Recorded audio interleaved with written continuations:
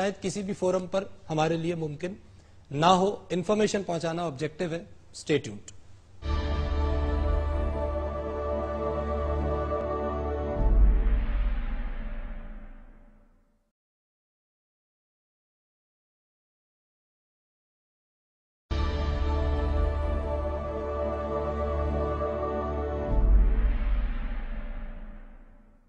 Welcome back ناظرین. آپ programme دیکھ رہے ہیں مذاہب اور عقل انسانی اور ہم گفتگو کر رہے ہیں آج تخلیق آدم پہ.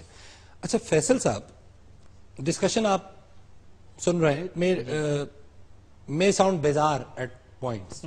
آپ اس کو کس طرح دیکھتے ہیں اس پوری بات کو؟ بیسیکلی حضرت آدم علیہ السلام کو انسان جو بنایا ہے اور جو اشرف المخلوقات کا اسٹیٹس ملا ہے وہ اللہ کی روح جو پھونکی گئی ہے اس کی وجہ سے.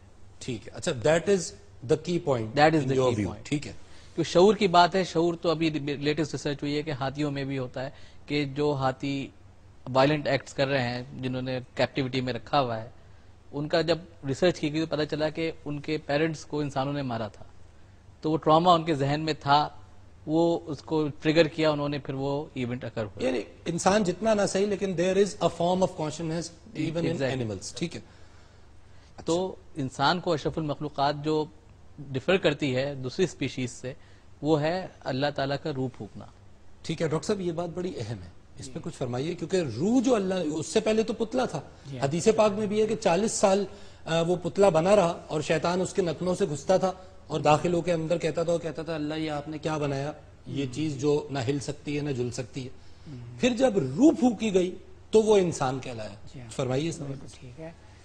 مٹی کا پتلا بنانے سے تمام اعضاء, مطلب یہ کہ اندرونی اعضاء جیسے پھیپڑا ہے, لنگز ہیں اور برین ہے, یہ تو چیز نہیں بنتی ہے. تو مٹی کا پتلا تو مٹی ہی ہوتا ہے. روح پھونکنے کا مطلب یہ ہے کہ اللہ تعالیٰ نے اس کو سمیع بصیر بنا دیا. کیا اچھی بات ہے. ٹھیک ہے. سمیع بصیر, یعنی وہ جو بات کر رہے تھے کہ اپنی صفات جو ہے کا ایک حصہ, اپنا صفات کا ایک حصہ ان کو عطا کر دیا. ٹھیک. یہ ہے روح پھونکنا. ٹھیک. کیونکہ ہمیں سمجھنا پڑے گا. روح لفظ ہم اکثر استعمال تو کرتے ہیں لیکن ہمیں دیکھنا پڑے گا جو عبرانی ٹیکسٹ میں استعمال ہوا ہے وہی مفہوم عربی میں بھی ہے. روح مطلب ہوا, اس کے نتنوں میں دم دیا, ہوا دی. اب اسے ہم برید کے معنوں میں بھی لے سکتے ہیں, اور اس ہوا میں اتنا زور, اتنی قدرت تھی کہ وہ مٹی جو ہے نا وہ اس شیپ میں آگے جو ہمیں آج انسان کی نظر آتی ہے. تو یہ قدرتی عمل اس طرح سے وجود میں آیا.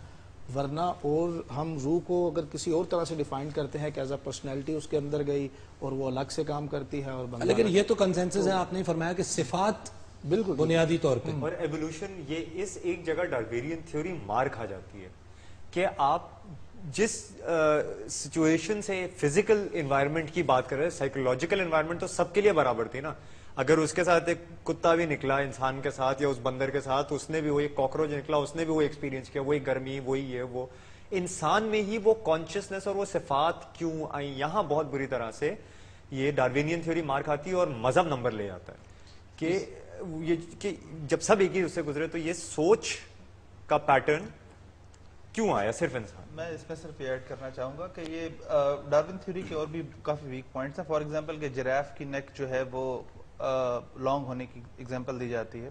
What about the rabbits and what about the goats, وہ بھی ہربی وورس تھے, گھاس ہی کھاتے تھے اور پتے ہی کھاتے تھے. تو صرف جرافس کی گردن ہی لمبی ہوئی, یہ لوگ شاید کسی اور علاقے میں تھے اس وقت اور جراف وہاں تک نہیں پہنچ سکے تھے. کاکروچ جو ہے وہ تو پری ہسٹورک ٹائم سے ویسے ہی ہے, ویسے ہی ہے اور ابھی تک ویسے ہی ہے. ابھی تک ویسا ہی. اچھا کاکروچ کے بارے میں تو کہا جاتا ہے کہ اگر نیوکلیئر وار ہوتی ہے تو صرف ایک مخلوق سروائیو کرے گی, وہ کاکروچ ہے.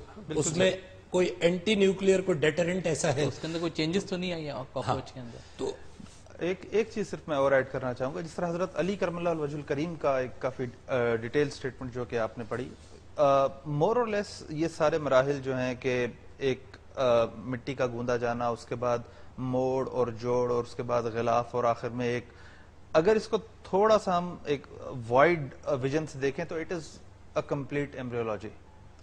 جس طرح ایک سپرم اور ایک اووا مل کر ایک فرٹیلائزڈ ایگ تشکیل دیتے ہیں, اور وہ ایگ ایک خاص مدت تک اس سے ایک لیکوڈ انوائرمنٹ میں رہ کر, اٹیچ رہ کر, اور وہ گننا, اس کا بڑھنا, اس کا سائز کا, اور ایک مخصوص مدت جو کہ 42 ویکس, مور اور لیس 37 to 42 ویکس کے اراؤنڈ رفلی, جسے 9 منتھس کہا جاتا ہے, اور پھر ایک نئی تخلیق جو ہے وہ اللہ کے حکم سے سامنے آتی ہے. تو that is I would say the basis of embryology. سر لیکن ایک بات اور غور کرنے کی, اللہ نے اپنی روح پھونکی, جی روح ہی کہا گیا ہے, روح اپنی روح پھونکی, جی اس چیز اپنی روح.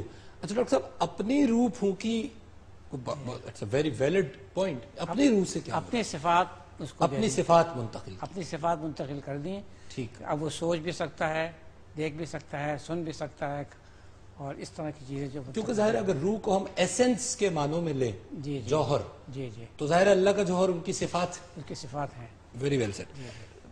صرف اس میں یہ ہے کہ ان صفات کا جو ایکسٹینٹ ہے وہ ذات باری تعالیٰ کا ذاتی ہے ظاہر. اور ہم لوگوں کا عطائی ہے. بالکل ٹھیک ہے, جی یعنی ہم ان صفات کے خالق تو ہم نہیں, اس صفات کے خالق ہم تو صرف اس کے ریسیپینٹ ہیں, ریسیورز ہیں. اور ہماری لمیٹیشن وہی ہیں جو ذات نے متعین کر دی. بالکل ٹھیک ہے, بالکل ٹھیک ہے. مصری تہذیبوں کو پڑھیں تو یہ مٹی کا ایک اور بڑا ایشو نکلتا ہے. اچھا فرمائیے. انہوں نے کہا کہ انسان جب اپنی اولاد کو بتانے لگا کہ ہم کیسے بنے ہیں, تو اس سے یاد آیا کہ جب بھی میں خارش کرتا ہوں تو یہاں پر ایسے نشان پڑتے ہیں جیسے سوکھی مٹی پر نشان پڑتے ہیں. تو اس نے کہا مجھے مٹی سے بنایا گیا تھا. در حقیقت اسے الگ سے ایک الگ پروسیس چلایا گیا تھا. دیکھیں خدا جب بنا رہا تھا مچھلی کو, کیونکہ یہ سارے کنسیپٹ تو سومریوں میں ہیں, بابلیوں میں ہیں, مصریوں میں ہیں کہ کس طرح سے انسان کی تخلیق ہوئی, آدم اور حوا کی, اور پھر کیسے, اور یہی جوئش میں ہے, یہی اسلام میں ہے, یہی کرسچینٹی میں ہے. تو وہ اس طرح سے بیان کرتے ہیں کہ جس طرح سے خدا نے مچھلی کو الگ سے بنایا, دوسرے چھپاؤں کو الگ سے بنایا, ہوا کے پرندوں کو الگ سے بنایا, تو آدم کو بھی الگ سے بنایا. مٹی میں کو لینے کی کیا ضرورت ہے اس کو, ٹھیک, تو یہ بھی ویسا ہی گوشت پوست ہے جیسے دوسرے جانور مخلوق. Very well. تو یہ ایک پوائنٹ آف ویو ہے مصریوں کا. مصریوں کا. اچھا ڈاکٹر صاحب, ایک اور نقطہ ہے, اللہ نے آدم کو اپنے اسما سکھائے, جی اور پھر فرشتوں سے کہا کہ سجدہ کرو, جی جی اور فسجدوا الا ابلیس ابا واستکبر وکان من الکافرین. جی جی یہ اسما کیا سکھایا, اسما یہ کیا بات ہوتی ہے؟ یہ اصل میں ایسا موضوع ہے جو صرف اس آیت تک محدود نہیں بلکہ اور چیزوں کے ساتھ مل کر یہ کنسپٹ دیتا ہے. پہلی چیز یہ ہے کہ فرشتوں کو کیسے معلوم ہو گیا تھا کہ جو انسان ابھی تخلیق ہونا ہے اس میں یہ خصوصیات ہوں, وہ فساد کرے گا, وہ فساد کرے گا, خوریزی کرے گا. ٹھیک ہے. تو فرشتوں کے پاس اپنا کوئی علم نہیں تھا, جو علم دیا گیا تھا وہی تھا, اسی سے بات کرتے تھے, اسی سے بات کرتے تھے. کیا فرشتوں نے اس سے پہلے کوئی مخلوق دیکھی تھی جس کا یہ ایکسپیرینس انہوں نے دیکھا؟ جی ہاں. پھر انہوں نے وہ کہا کہ وہی چیز فساد کرے گی, تو اللہ تعالیٰ نے کہا جو میں جانتا ہوں تم نہیں جانتے. مقصد یہ ہے کہ اٹ از ناٹ آئیڈینٹیکل. یہ جو اب مخلوق پیدا ہو رہی ہے اس میں کچھ ایسی چیزیں ہوں گی جن کو متعلق تمہیں علم ہی نہیں ہے. ٹھیک.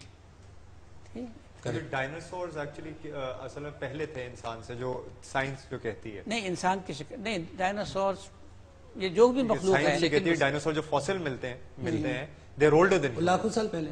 جی, اور وہ اس وقت تو ہو لیکن ڈاکٹر سکتا ہے. صاحب آپ تو انسان جیسی کسی مخلوق کی بات کر رہے ہیں, انسان جیسی مخلوق کی بات کرتا ہوں. اچھا, ہومونائٹس کا بھی ایک کانسیپٹ ہمیں ملتا ہے. جی جی جی. ایک انسان جیسی مخلوق تھی لیکن اس نے بڑا فساد کیا, اس کی کوئی, کیونکہ اللہ تعالیٰ نے کہا ہے میں خلیفہ پیدا کرنا چاہتا ہوں, اور یہاں پر عام طور پر ترجمہ جو کیا جاتا ہے اپنا خلیفہ, یہ اپنا کا لفظ غلط ہے کیونکہ یہاں پر موجود نہیں ہے. آپ نے فرمایا پہلے خلیفہ ہو سکتا ہے, خلیفہ ہے بعد میں آنے والا.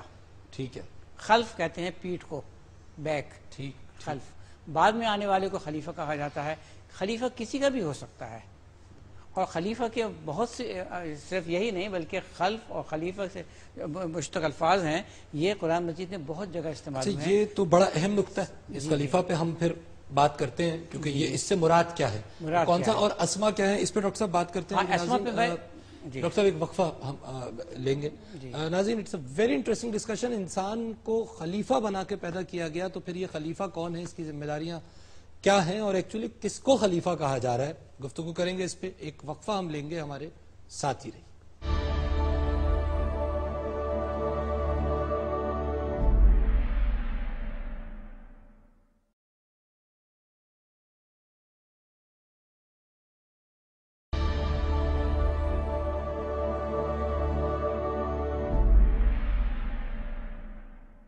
ویلکم بیک ناظرین, آپ پروگرام دیکھ رہے ہیں مذاہب اور عقل انسانی, اور ہم گفتگو کر رہے ہیں آج تخلیق انسان پہ.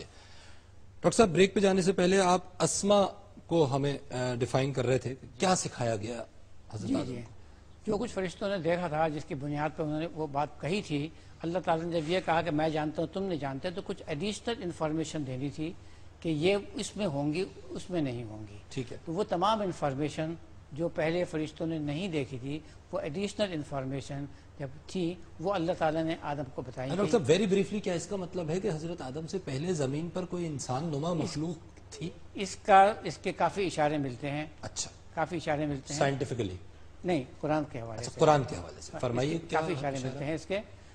اور ایک چیز میں بتانا چاہتا ہوں کہ جب آدم کو پیدا کیا تو صرف یہ نہیں کہ آدم کو پیدا کیا اور سجدہ کرنے کے فرشتوں کو سجدہ کرنے کو کہا. ایک آیت ہے سورۃ اعراف کی ہی آیت نمبر 11. وہ بڑی سوچنے کی چیز ہے کہ اللہ تعالیٰ نے فرمایا ہے وَلَقَدْ خَلَقْنَاكُمْ ثُمَّ صَوَّرْنَاكُمْ ثُمَّ قُلْنَا لِلْمَلَائِكَةِ اسْجُدُوا لِآدَمَ فَسَجَدُوا